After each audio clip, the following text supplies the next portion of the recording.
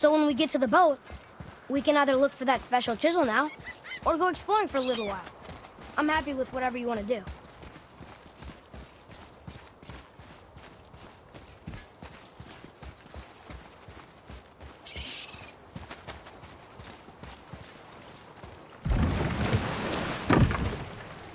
Which way to the chisel?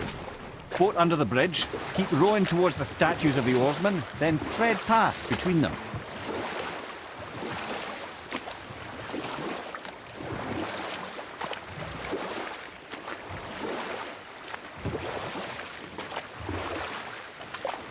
Mimir, you never did tell me why Freya spit in your face.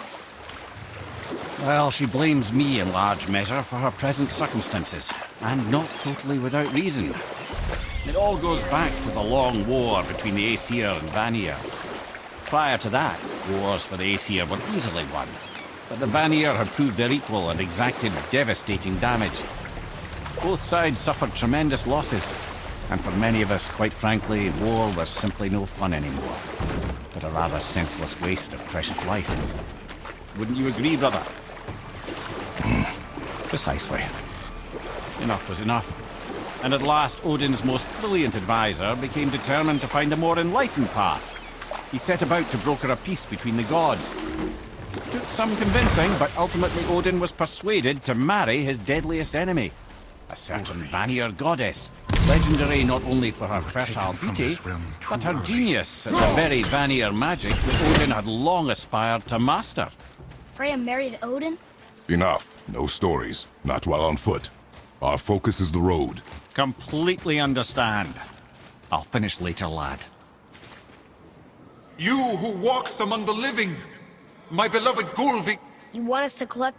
Gulvig, say the... Really? Boy. I can smell your grief, child. Boy. We are... They've taken 3 of sweet Gulvig's bones and spread them across the lake. Bring me her bones, child. Gulvig.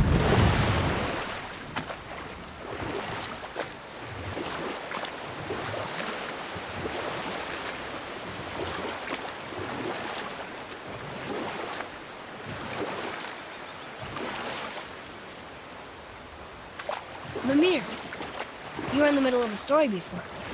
How would Freya agree to marry Odin? What was in it for her?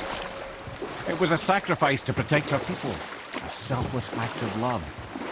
Truly, she deserves better than she got. But of course, there's more to that story.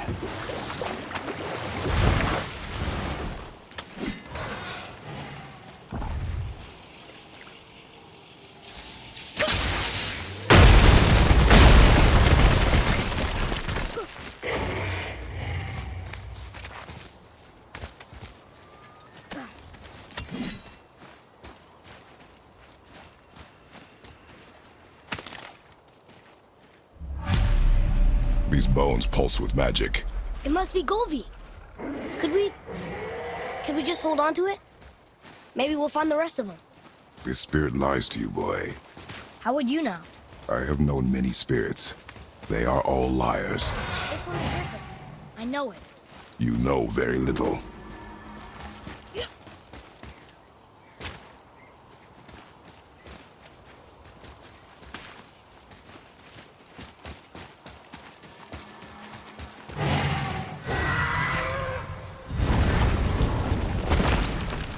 Fafnir. Always wondered what became of him. You know this dragon? Yes, although he wasn't a dragon when I knew. What do you mean? What was he? A dwarf. A greedy little bugger. Not so little anymore. Perhaps we should keep an eye out for binding shrines and free the poor bastard. Aye, lads?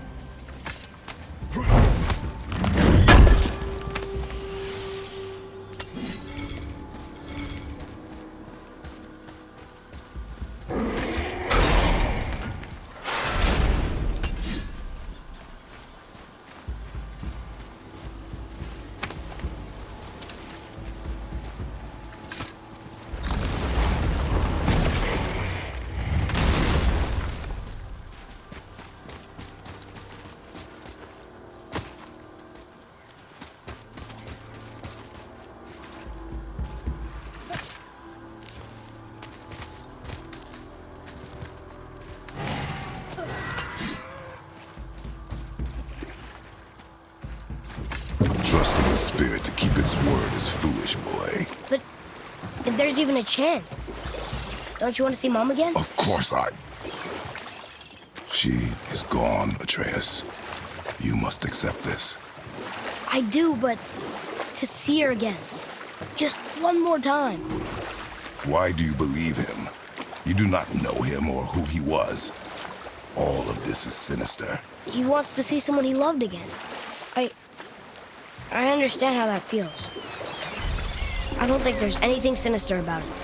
Hope is blinding your instincts, boy.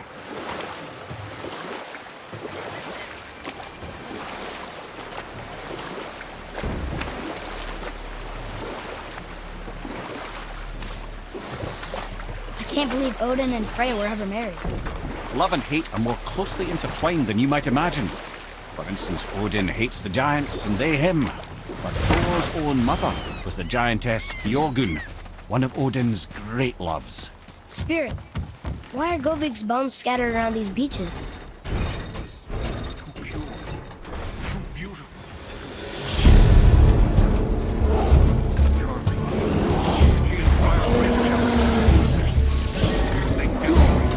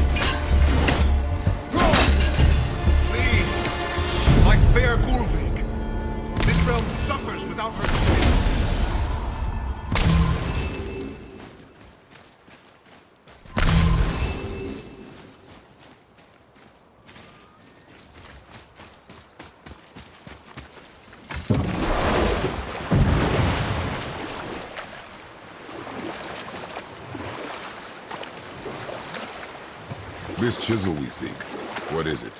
I'm glad you asked, actually. I have just the story for you. Ahem. There was a giant once named Thamur. A very giant, who, despite his mountainous size, was without question the greatest stonemason this world had ever seen. Proud Thamur hoped to one day pass his vast knowledge on to his son. But young Hrimthur had the heart of a warrior. Perhaps the father had too much fear in him, or the son too little. Either way, a quarrel of theirs spiraled out of control, and the overworked stonemason, bonk, struck his son. Hrimthur ran off into the night. Feeling shame and regret, Thamur chased after his son, but in his emotional state soon found himself wandering Midgard, lost and alone. Sadly, he caught the eye of the one person he didn't want to meet alone that night, so far from home. Thor. And what happened next? You'll see. Thor killed him. Oh no. He fell in a village? Aye.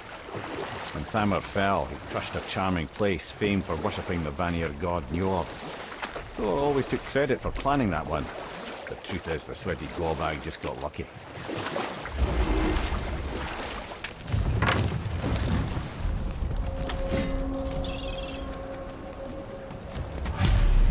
Crystals up ahead. A wolver. Should we attack?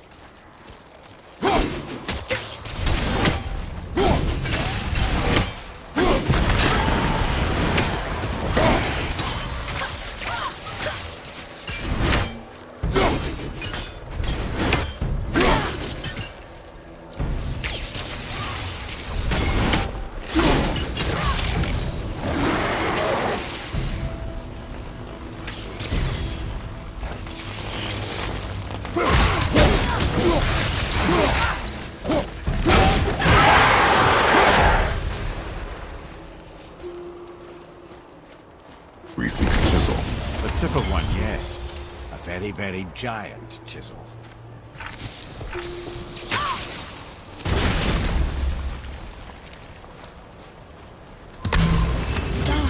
That didn't seem to do anything.